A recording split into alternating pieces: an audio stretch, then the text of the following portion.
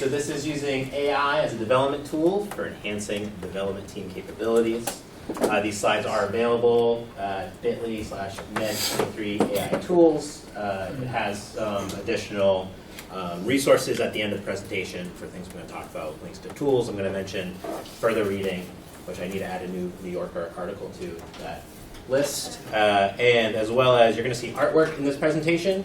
I am not that great of an artist, so I used an AI tool to generate all the artwork. And so there's a slide that gives you all the prompts that I use to generate the artwork and the link to them, so you can see that. Is anyone else having trouble getting to that bit.ly link, or is it just me? Uh-oh. bit.ly NED23 AI tools. Yeah, we're getting something's wrong. Right, it's 404. What did I do, bit.ly? 23 AI tools. Is that Yeah. your age continually counting up every time you open a new tab? Yes. That I like seems, to that seems keep so track of ominous. my mortality. Almighty. Counting down. At least yes. All right, let me see my links here. Everyone gets to see all my fun links. I think you had a strong password. Oh, wrong. Back characters on it. Oh yeah, I don't mess around. Did I not generate my bit.ly link? I thought I saw it up above. Did you? Let's see. Netcam feedback, net intro, semtag, that's a different one. Oh, when did I generate this? This was last year. So, hey, GitCon one. No, that's for GitCon. AI is it? Here you go. Ready? Has anybody ever used bit.ly before? Here's how you do it. So I'm gonna share this. Not restricted. Anyone with the link can see this. Copy. And I don't want to create a new one. Create a new link. Thank you for checking that out. And so what was it? NED23 AI tools.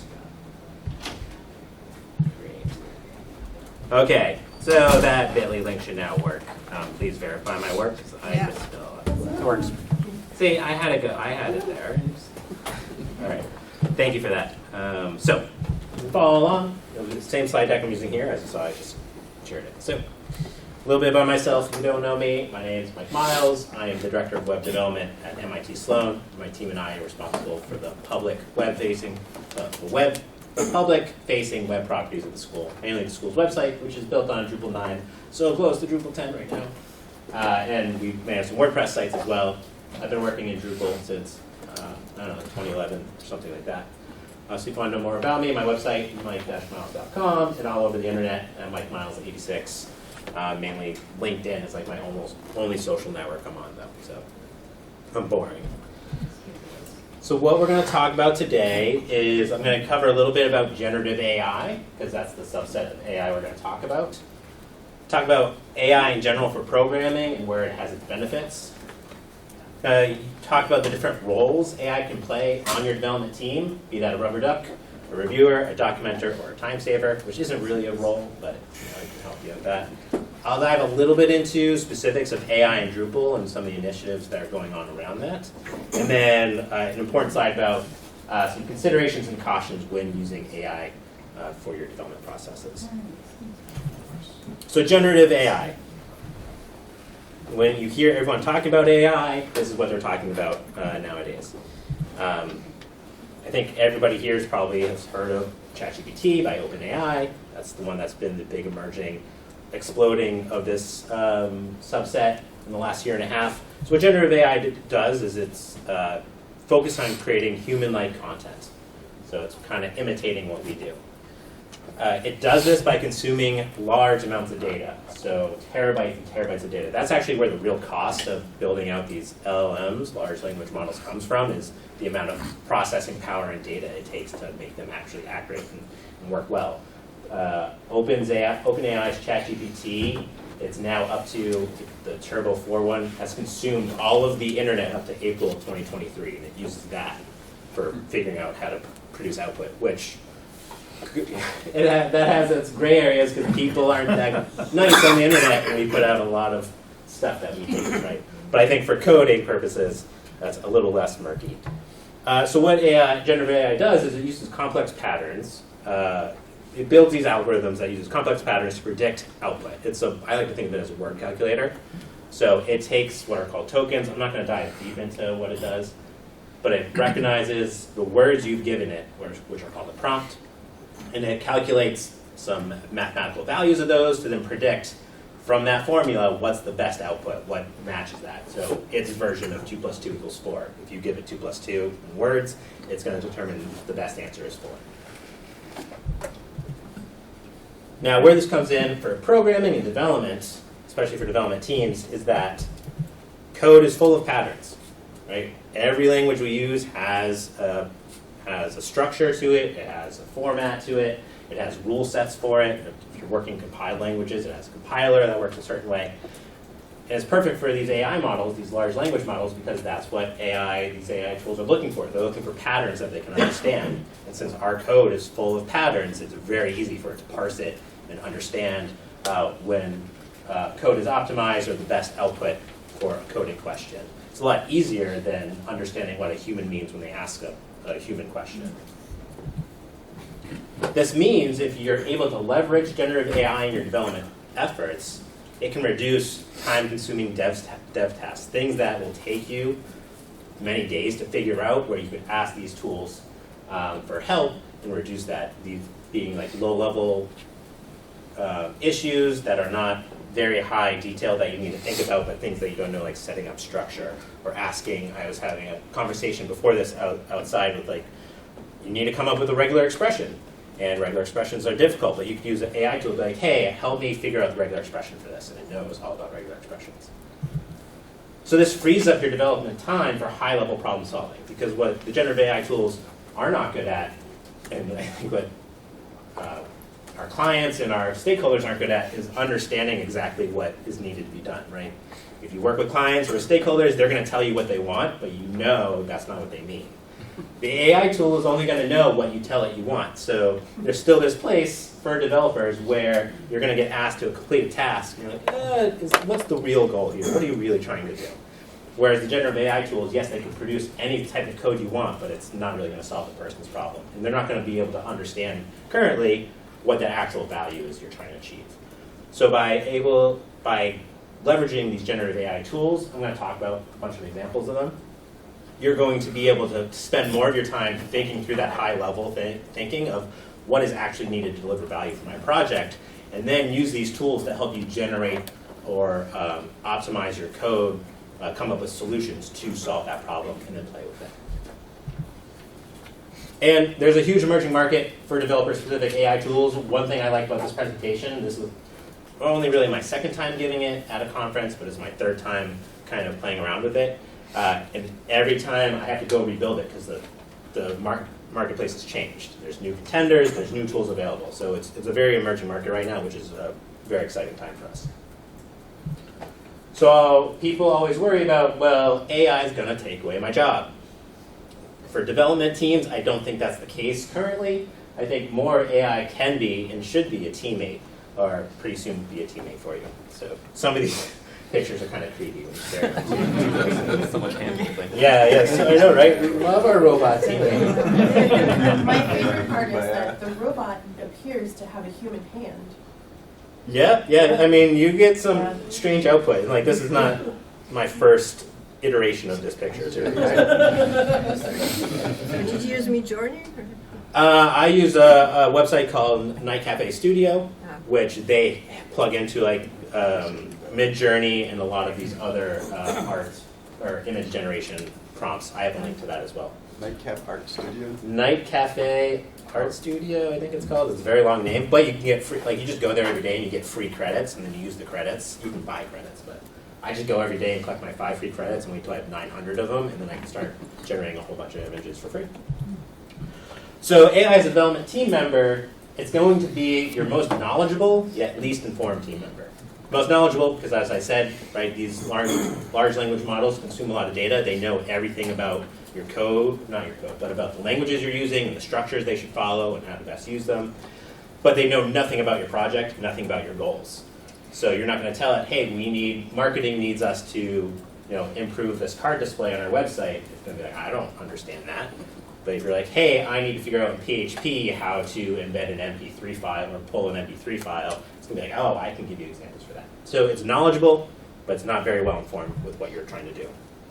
So this, again, where it comes in play is to take on lower level tasks that allow you to focus on solving your project-specific needs.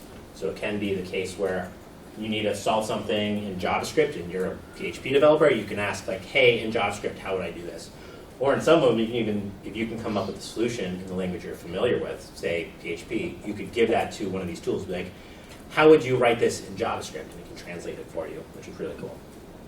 But you don't have to spend like hours trying to figure that out yourself. You may still want to do that, and you'll definitely want to check the AI's work because of what's called hallucinations. But that doesn't happen as much with code. Yes, hallucinations in AI is where the AI is like, I have no idea what to tell you, so I'm just going to make something up. That's why if you go to ChatGPT and you be like, tell me about Mike Miles, it could be like, oh, he died. It's like, what? I don't remember that. But it's because like I don't know. I'm just going to figure out what you want to hear. So it's a perfect tool as a teammate to take on these dev adjacent roles that developers like. I'm not going to spend a lot of time on that they don't necessarily want to spend their time on. Developers want to build, they want to solutionize, and there's a lot of things that you have to do to be an effective development team and a teammate that you might be able to let AI help you resolve and do faster. But you have to know how to talk to your AI teammate. You have to know how to talk to all these generative AI tools, whether it's through the tool itself or there's an underlying API, depending on the tool you're using, that is talking to it for you. But you need to know how to interact. So most AI tools interact with what are called prompts. So that's, if you go to ChatGPT and you type in a bunch of words, give it a sentence like, tell me about X, Y, or Z, that's the prompt you're giving it. So that it can then solve for that prompt and give you the best answer it thinks matches that prompt. Prompt engineering is an important skill to start to develop. It's actually an emerging role. Like there are people whose jobs, they are prompt engineers, and they spend all day working with AI tools to see like, if I give it a question this way, what output happens? If I change this way, what output happens? They play with it until they get a response that seems to work well for them. So it's something to look into, how to properly prompt an AI tool, because if you don't do it well, again, the AI is only going to give you back information based on what you tell it. So if you can be very specific in what you tell it, then it's going to give you back very specific answers. So as an example, a formula I like to use, which comes from App of the Day, was a YouTube channel. They have a formula for the perfect prompt, which I've used a bunch now and actually works really well for me. And it's this format. It's context plus specific information plus an intent goal plus the response you want to get back from the AI tool. So an example of this, because this can be kind of hard to conceptualize, but an example of this in, say, a Drupal context, and this is a long prompt, but I'm a Drupal 9 developer trying to make an authenticated post request to an API endpoint and store the return JSON data. Can you provide me 3 options for how to accomplish this in Drupal with code examples, and list out the pros and cons of each method? So this is great if you're doing like research in a discovery phase of how to solve something for a client, for your project, where it can give you options. And so the context is I'm a Drupal 9 developer. The specific information is I'm trying to authenticate a post request. The intent is I want to store that data. And the response format is give me options with code examples of pros and cons. So we can take this. I'll give it as an example. Can I copy it? Let's see, I'll do it this way. If I cheat and copy this, I'll just enter presenter mode again. Don't care about that. So here I have ChatGPT. I will say I buckled and I do pay for ChatGPT now personally, so I can use ChatGPT 4, which is actually a lot better than ChatGPT 3, but ChatGPT 3 is also really good. If you want to use that, that's free. So you can just go to chat.openai.com. So if I paste this in here, did I copy that I? No. So one thing that trips me up is, again, it only understands what you tell it, so if you're bad at spelling, it's not always going to understand what you say, so you check your work. But if I get here, we'll see how fast it goes. But it's like, yeah, here. So here are options what you can do. You can use Guzzle to make a post request, API request. It'll print out some code for me. It'll give me pros and cons. It'll say, hey, use HTTP Client Factory. And again, it'll show me an example of what to do. Let's see if it keeps going. I'm also behind a VPN, so my connection's probably super slow. But hey, like we prepared one in advance. Does it show it? That doesn't even load it for me. Scroll up here. Oh, maybe scroll up. Yeah, because I tested this before, but I guess it's not there. All right. So anyways, it does that. I guess it timed out or something. But this would be a great start if I didn't know how to do this. Obviously, I had to figure out what I wanted to ask it. But now I have some examples that I can look into. Like, oh, hey, Drupal 9 uses Guzzle HTTP. Maybe I can try this. I personally would never just copy the code and run it, especially not in anything that you want to go right to production. But it's a good starting place to understand what's going on. So talking. So you want to make sure you have a good prompt that clearly explains what you want to accomplish. And now you can start using this AI tool when you know how to talk to it for filling out different roles, such as being a rubber duck. So who here has heard of rubber duck developing? A lot of hands. So that's where you're stuck in a problem, and the idea is talking out loud, be it to a rubber duck or to another developer, helps you understand your code better and where the problem might lie. And AI is a great tool for being a rubber duck for you. One, because you can already use it to spark new ideas and approaches to problems. Just as an example there, that previous one, right? It gave me some examples for how to do that routing. You can implement conversational prompts to practice explaining technical ideas and concepts clearly.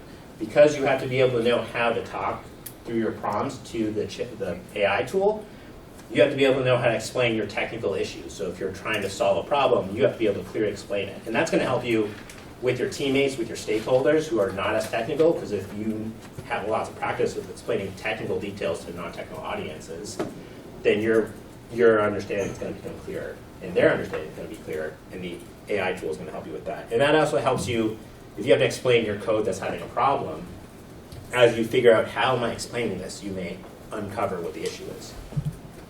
A tool I like for this is find.com, which it's like ChatGPT but specific for development. It offers code suggestions and even has a pair programming mode. And this will be, I think, the last demo I can show because I don't have any of the other tools downloaded.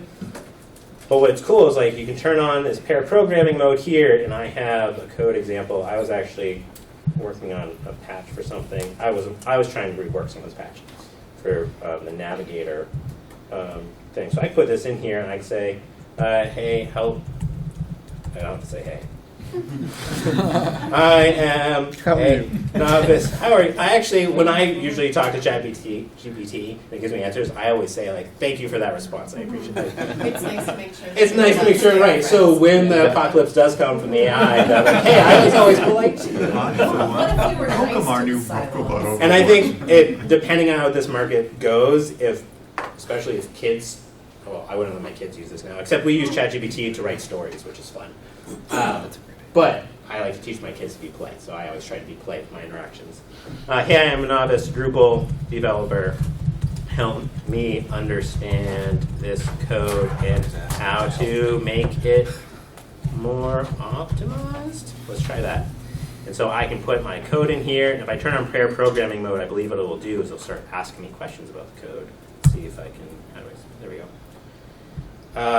So, hey, this Drupal plugin class, it defines a navigation section for shortcuts. Here's a breakdown of what the code does. All right, so it's telling me what it's doing. And so this can help me understand my own code and what it's doing so that I can better understand it and then work through it. I'm not going to wait for this to... Could be a good comment generator. Yeah, no, I'm going to get to that for sure. I hate writing comments. Talking through that. So AI can be a reviewer on your team, doing code reviews, for example, writing comments. So this saves time by, you can flag common problems early, depending on the tools you use. So it's the most knowledgeable, but least informed member of your team. So if you could open up a pull request, or you could have an AI tool running in your IDE, right, while you're writing code, it could quickly highlight, like, hey, what you're doing here is a security issue, a potential security issue. It may catch things that your best developer on your team, when they have a wealth of knowledge, they don't have the whole internet of coding knowledge. So they may not be able to catch those things as early. It can suggest improvements based on best practices, standards, and known design patterns. Again, since it knows all those best practices and standards, at least best practices that people have said on the internet, but it knows the patterns to follow. I think this could be helpful with, say, in Drupal development, if you're just learning kind of how code in Drupal is preferred to be written. like the format we use, if it knows, has that knowledge, you could tell it, hey, help me refactor this code so it's more like follows the Drupal coding standards. And they can help you with that, or could offer that additional suggestions in your IDE. We already have autocomplete tools that do that in IDEs, but this just adds another level to it. Codiga is an interesting tool for this. It's a static analysis and code review tool. I believe it works with PHP right now. I think it works with JavaScript. But what it can do is, as you're writing your code, I believe it can provide inline comments to you to analyze your code and be like, hey, you may want to rethink this. Codium is another good suggestion option for this. It's mainly focused on Python right now. I don't know why, but all these AI development tools, they first go to Python. Like, they have robust Python support. Because all the LLMs are in Python. Yeah, that's probably why. They use LLMs to build LLMs now.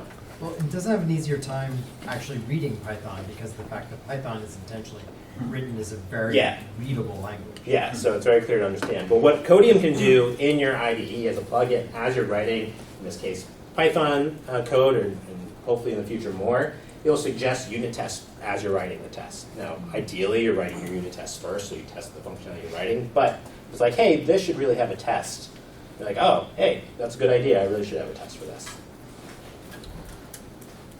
Mike, can I ask you a question about find.com? Because I find a lot of times, even if I put I'm in Drupal 9 or in Drupal 9, it still just gives me back Drupal 7 results, which is useless, and I just find that really frustrating sometimes.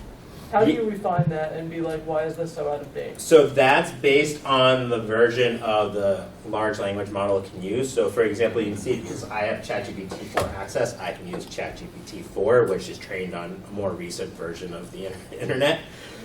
So the older ones, like, they only went up to 2021, so you may not find as much. But that's a good thing to point out with Find, and what I like about it over just asking ChatGPT questions is like, tell me in Drupal 9 how to programmatically create a node. Let's say that. It on the left here, or I guess on the right, it lists out the sources where it's sourcing its data from. But a lot of it's Stack Overflow. Hey, it's like that's exactly what I would do.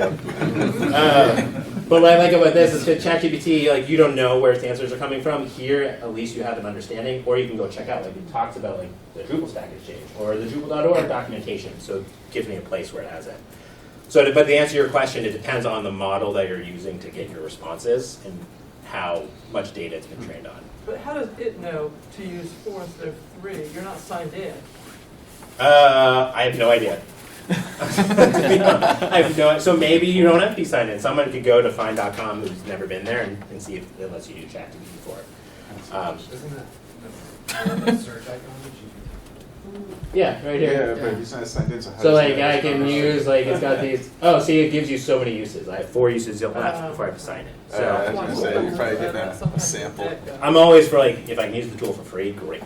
Yeah, it will. There you go. I can do it.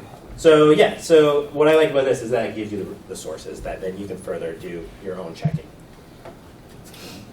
But it will say you can only use it for 10 times. Yeah, right. Or you gotta buy an account. 4 times, Right. So you get so many free uses, then you have to buy an account, which is how a lot of these tools work. So there are ways you can build your own GPTs, and that I don't have anything about that in here, but that could get around those limitations. Okay, so AI can be a documenter in your department, in your team, where developers were asked to write a lot of code documentation, be that inline inner code or as like user documentation or code pull requests, and that takes a lot of time to write it accurately. So I'm guilty of this too. You may get lazy sometimes as a developer and be like, your code comment is not very descriptive or your pull request is not very descriptive, and that doesn't help anybody. But what you can use these tools for is ensuring that your code is well documented, making it easier for your team members to understand, be that new team members, other team members, yourself in the future, to understand what the code's doing. There's a number of ways you can do this. Is by like feeding it, like on ChatGPT, I fed it that line of code, that group of code, and I'd be like, tell me what this is doing, and that can help me better line by line figure out what code comments I should put in. There are plugins that will do it in your editor and start writing code comments for you. I like to think of it as a tool to provide analysis and explanation of third-party or legacy code. So if you've inherited a project where, surprise, surprise, the developers didn't write any comments, you may be able to feed that into an AI tool, be like, hey, help me understand what this is doing, so that you could further comment it. Or if you have to use third-party code that you can't change, or you need to understand it, how to integrate with it, you can feed that in and say, like, how would I integrate with this, or how could I use these classes and methods. Mitlify DocWriter is a plugin or an AI tool that will create code documentation for you. So I believe the way it works is you can feed it a whole bunch of code. I think you can also have it run locally, and it will write up either like functional doc blocks for you, or it can parse inline, write code comments. What the diff.ai is one I'm still trying to figure out how to leverage with my team and myself. What this can do is, as you're generating a pull request, it will write the description of that pull request for you. So they have a nice little, I think they have a video of it, right? So, maybe not. I thought it was a video. Oh, but again, I'm behind a VPN. So what it'll do is, like, you can put a little, and if you have it plugged into, in this case, GitHub, you can say with some commands like, hey, tell me a description of what changed in this pull request. Give me a summary, and it'll format that for you, print it all out for you, looking at the code changes, which could be really helpful to providing robust. I don't know why the video didn't play. It's a loop. Show controls. You're definitely not playing. There we go. Sorry, you'd be like, hey, give me a summary, tell me a funny joke, because that's important to have in the poem. They're just showing, right? They're just showing what it does. And then it'll generate that for you, and you can obviously tweak it and edit it, but it gives you a good starting place to be more robust. So, quick question. So you said that it can help document what you have, but can it also, you said it could review as well? Depending on the tool, yeah. Okay, because one of the biggest issues I came across in a recent job is that people kept leaving, and they left with information such as a code base, you know, and like it was with a Department of Health where I was working, not the U.S. Department, but a particular one, and the problem was it's like you have all these people coming in and coming out, and have a new IT leader, and the thing is no one knew, oh, okay, how do we get this up, or how do we show this on our website, and it became very, very critical, especially to the security of the website. So this is amazing. It's extremely helpful. But yeah. So yeah, the comment about, as you have a lot of people on your team coming in and out, how do you help use AI to help maintain that knowledge base of your code base? And it could be, depending on the tool, feeding in your whole code base. I'm going to talk about some considerations and warnings about that. But you could be like, analyze this for me. I forget a tool. There's a new tool out. I forget the name of it at the top of my head. But what it will do is you can have it run locally, like a virtual machine. You can give it your whole code base, say for your Drupal website. And it'll parse through all of that. And then you can ask questions like it's a chatbot. Be like, hey, do we have functionality that does X, Y, or Z? And be like, oh yeah, this module here has a function that does that. I haven't tested how well that works, but it's an open source project that someone's working on. I have it started on GitHub, so I'll find it. But doing something like that can be helpful. All right, AI can be a time saver, and this is not a role, but it's something that we all hope to achieve, is saving time so we can either do more or we can watch YouTube videos while our code's compiling. As a development time saver, again, it allows you to focus on the higher level project needs, so that if you need to come up with options for embedding and streaming an MP3 file on a node page, you could use these tools to give you options instead of spending a whole day first finding the options, then looking through which one will work for you. It can kick you off the right path. It can also be used to generate realistic data, content, and images for use in your lower level environment. So again, for generating images, we've all seen that in this presentation. I have all these images generated. But you could go to ChatGPT if you need like fake user data, and I could be like, hey, generate, can I spell generate? Give me a list of 20 people, including first name, last name, and email right? And it'll just come up with it. No, all right, fake. I have to say fake. Fake. Okay. Give me fake people. Drupal count. Yeah. So right, so it came up with this 20. I mean, and so you can kind of get more complex, but you could use these tools to generate realistic content that's not lorem ipsum. Which is pretty cool. Hey, look at all these fake people.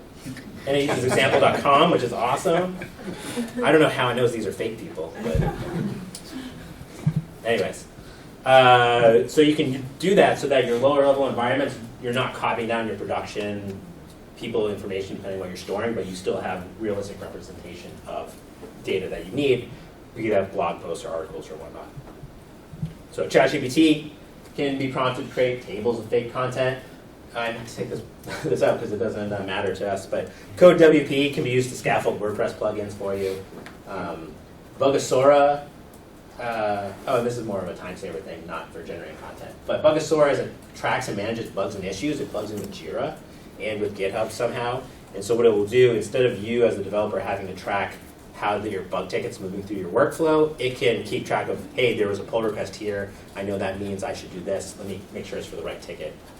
So it can help managing those level of tasks, of like managing tasks, managing issues for you. Again, you still want to check it. All right, so let's talk a little bit about Drupal and AI. Like my little AI Drupal. Like the drops on top, I think are eyes. It's weird looking. So AI is here to help with Drupal projects, and there's a lot of initiatives out there for how it can help. There's already over 150 modules for AI integrations. These are of various different ways, but there's a lot of modules out there that people are working on. Some of them are great, some of them probably are not. That's the way it goes. But this is going to keep emerging as well. There's an interesting one, the Open AI Integration Module and Submodule, which I think probably it was that one that came up during DrupalCon as Pittsburgh, it might have been. But they have a submodule for OpenAI Devel, which will, the next step of Devel, it'll generate realistic dummy data using OpenAI prompts, which is cool. Because Devel, you can have it generate Drupal content like users and nodes for you. So here it can use OpenAI to fill out those details. There's some tools you can use like to reduce content editors. And I think this is the development team goal with Drupal. Not just how you can use it to help you, but then help your end users. So that's what a lot of the Drupal modules focus on. This one's a good example of providing alternative text for images using the automatic alternative text module, which uses, I think, like an Azure-based large language model. But what that does, and I think this is a really interesting thing, is when someone uploads an image, say in a media field, it will analyze it and it will generate default alt text for that image that explains what's in the image. And right now I think it's like 80% accurate. But for content editors, it's a lot easier if you upload an image and it produces some alternative text that you can then tweak versus you have to learn how to create alternative text. Aaron? So I would be careful with that because the image, I would even advocate not to put an alt tag in the media library.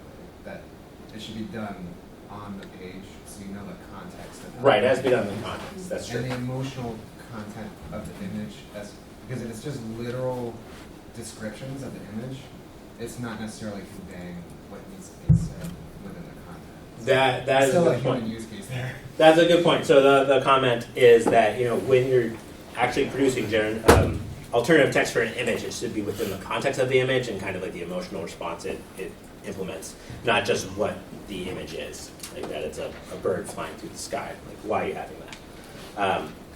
But there's a lot of these tools out there that people are trying to figure out the best way to use them in a lot of these new modules. So there's a lot of focus on content editor perspectives, using them for like providing almost like a thesaurus for like alternate ways to write your content. So it's an interesting thing to look into. But now the not so fun piece, considerations when using AI, but I'd say very important piece. So models only produce output that looks correct. And they're getting better every day, especially with code outputs, but I alluded to hallucinations earlier. Just because it looks correct doesn't mean it is correct. So I would never directly copy and paste code from an AI into my project, I would use it as a starting place to better understand, but you want to make sure you're checking its work, just like you would check any developer's work. So always review, test, and verify AI results. You can verify them in the lower level environment by try running it, by making sure you're checking the sources if you can, like with find.com. But never blindly believe that it knows what it's talking about, because it's only producing what looks as the best output. And understand the regulations around the tools you're using, because the data you provide might be used for further training. A lot of these tools have ways to opt out of that, but maybe you need a paid account so that you can specify, do not use my data for further training. And that may be important to you based on if like you have proprietary software or code that you don't want it to be trained on, or for just other moral or ethical reasons you don't want to train on it. And AI-generated content is not copyrighted in the US, so anything that an AI generates cannot be copyrighted. Again, if you're, for us working in Drupal, I don't think that's as much as an issue. I'm not a lawyer though, so if you're working proprietary software and you were to use code or images generated from AI in your project, what does that do to your license? What does that do? I have no idea. So check with your legal department if you have one. Check with your industry about how they feel about using AI-generated content or code in your projects, and where you need to be careful about how to do that. Because again, this is emerging. People aren't sure how it's going to work out, and you want to make sure you're not violating anything. As well as think through from an ethical standpoint, be it for your business or all the processing that AI uses, and what that accounts for, and how these models are trained, and how you feel about using it. These are all considerations to take in when using AI. So some takeaways. Look at my happy little emoji robot. Generative AI can free up your developers for higher level tasks, right? It takes away all the extra time you'd spend thinking through how to accomplish something, and it can help speed it up. It's not going to solve it for you, but it allows you to then think through what does your project actually need to accomplish, and how can you help accomplish that as a developer. Discuss with your teams which AI tools are best fit for your needs and your workflow, because the one tool is not going to work for everybody, and there's more tools coming out every day. So think about what you might be able to integrate with and use, and how you might be able to use it. But be careful and verify that your generative AI outputs. Just don't believe that when it tells you Mike Miles is dead, that that's true. You ask me if I am. Are you? You're only going to get one answer, I guess, to that question. So be cautious and think through it, and then confirm the rules and regulations of your work in your industry for using AI, and where it might, make things more complicated, and where it will help these things. So that's the end. Here's my little happy ending robot. Now this bit of the link does work. NED23 AI tools. And I will say, again, I have a link to all the tools I covered in this. Some I didn't, like GitHub Copilot. So you can check those out if you go to the slides, as well as some further reading, including some articles by the editorial team at MIT Sloan about this. And we have faculty who are studying AI. And then here's all my prompts. Some are longer than others that I use to generate my images. I'll put this up here, and we have some time for questions if anybody has any. Knowing that you work at a university, are you able to use any of these tools? Was it hard to get an okay by your legal team to incorporate them? So the question is, working at a higher ed institution, can I use any of these tools? Right now, they're still figuring out. So that's why I haven't adopted a lot of these tools, except for like personal work or personal investigation. But there are some things like using find.com. I think since we're not using the output from that, but using it for ideation to get us going on a path is okay. But yeah, I'm waiting for them to say, like, can we use this? But there's a lot of faculty who are interested in how they could use this, and using it in classes and use it with their research work. So hopefully they figure out soon, and then we'll know what to do. Considering that it's unlikely that any code that's output is going to actually work, you're going to have to tweak it to make it work. How does that, is it then still, is it still uncopyrightable? Because, if it doesn't work and you have to modify it, right. How does that change the legal? So if the code that an AI tool generates doesn't work and you have to tweak it, what's the copyright thing right there? I'm not a lawyer. I have no idea. I don't know if it counts as a derivative work from the AI, and so I don't know. But that's where there's definitely, right, there's a threshold there. I bet you change so much of it, then it becomes unique, and you don't. I don't know what that is, though. And I guess if you feel that it still looks like it's somebody else's code that you're slightly modifying, maybe you need to do it more. I have no idea. I can't say that. Peter. Actually, to follow up on the first question, so a couple of us are at Harvard, and Harvard recently turned up an internal sandbox for people to use, and one of the reasons why is the guidance is don't be dumping anything proprietary into ChatGPT, because just the bleed of IP is a real significant issue. And I'm not saying like ChatGPT is doing anything nefarious, but just the way the model works is like, give us the data so we can, train on it. Yeah, so you have to don't put anything proprietary. Yeah, nothing proprietary. Don't put anything proprietary in these publicly available sources, because you don't know how they're going to use that data unless they explicitly opt out. So check if you're talking about prompts or Yeah. Yeah, if you give a prompt, like if I were to take, say I had proprietary code that wasn't working and I put that in the ChatGPT, like help explain what this is doing. It now has a copy of that data, and it might be using it for further training. It might not be. It might be using it for then, is that being used to help answer someone else's prompt? It's hard to know. But there's a lot of these now where you can, the model's been trained and you can start building up your own internal GPT clones that then don't feed back out to like the bigger models. Yeah, like you said, it depends on like the terms of the terms of use. And exactly. A lot of these like, tools hey, are built on top of ChatGPT because that's the most widely available one. It has a robust API, so you have to think about how they're going to use that data. You mentioned some IDE tools that recommend updates to your code. Yes. I presume worrying about giving up proprietary code is also an issue there. Is that right? Yeah, because those tools, if you're using tools that have IDE plugins, my understanding is a lot of them work under the hood with an API, so it's going to be sending that code to that to get back the response. So yeah, that's why you have to understand how these tools are using your data and if they're going to store it in any way or how they're obfuscating it or not storing it or not using it. So it's good for open source code, but not proprietary. Right, right. And luckily we work in Drupal, right? So, I mean, but you can still use Drupal to build proprietary things. Any other questions? I have another use case. Sure, use case for Aaron. Explaining stuff to marketing. Yeah. Because I used it to scaffold out kind of a response about like this specific decision whether to use like a sticky, hover-based mega menu or a click-based mega menu. And in that particular use case, I knew click-based was the right approach, but it was like to explain this. It was just a struggle, and I was like, well, what would ChatGPT say?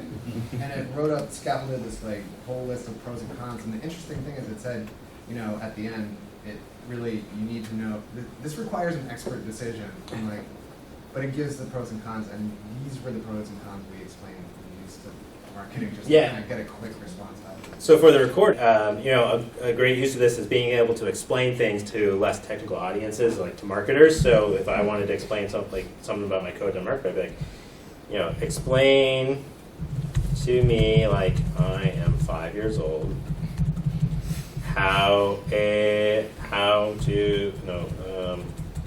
what a node is in Drupal 9. Right? And all right, imagine you have a big box of Lego bricks. So that's something I could give to a marketer. And they're like, oh, I get it. So right, it's a good tool for you to practice and to start learning how to explain very technical things to less technical people that in the way they understand it. And you can start practicing it. It's like kind of building up your own understanding of how to do that. Words. Yeah, right. Personally, I use this again. I don't let my kids use it, but if I'm like, hey, give me the name of like 2 fairies, and then I tell ChatGPT, I'm a 6-year-old, I want to hear a short story on 2 fairies named Luna and Bella. And it's like, oh yeah, here you go. I'm like, oh, cool. And so then I can read that to my daughter. Or she asked me like, how do volcanoes work? I'm like, let's find out.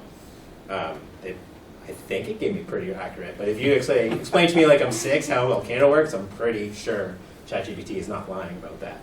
So that's a good, yeah, it's a good thing to do is to use it to figure out how to explain technical things in a less technical, complex way with pros and cons. Anything else? No. All right. Well, thank you. I'm excited to have the whole conference in my talk. So.